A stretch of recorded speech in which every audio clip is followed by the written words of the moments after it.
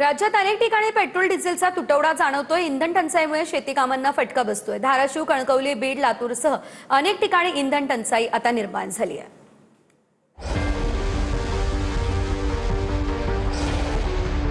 धाराशिवमध्ये सलग 3 दिवसांपासून पेट्रोल आणि डिझेलची टंचाई आहे।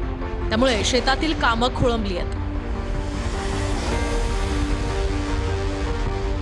धाराशिव जिल्ह्यातील वाशी आणि कळंब परिसरात गेल्या 3 दिवसांपासून डिझेलची टंचाई आहे।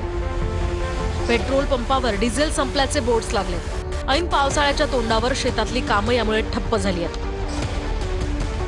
तर सिंधुदुर्गातही 2 दिवसांपासून पेट्रोल डिझेलचा तुटवडा जाणवू लागलाय। पेट्रोल पंपांवर वाहनांच्या लांबच लांब रांगा दिसून येत आहेत। सध्या या ठिकाणी मिरजवरून इंधनाचा पुरवठा केला जातोय।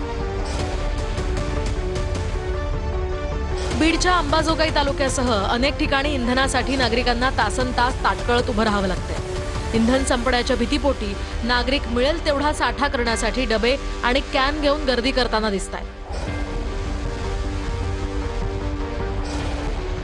लातूरमध्ये डिझेल पेट्रोलसाठी नागरिकांनी पंपांवर मोठ्या रांगा लावल्यात। डिझेल पेट्रोलचा तुटवडा निर्माण होण्याच्या अफवेनं पंपावर मोठी गर्दी पाहायला मिळाली। दरम्यान इंधनाचा तुटवडा नसल्याची माहिती जिल्हा प्रशासनानं दिली आहे।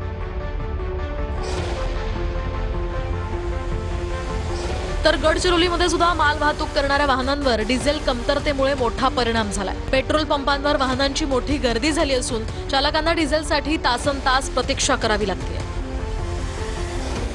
तर जालना संभाजीनगर मुख्य महामार्गावरील अनेक पंपांवर डिझेल उपलब्ध नसल्याची माहिती मिळते। त्यामुळे शेती मशागतीची कामं सुरू असल्यानं ग्रामीण भागातनं नागरिक पंपांवर गर्दी करतात।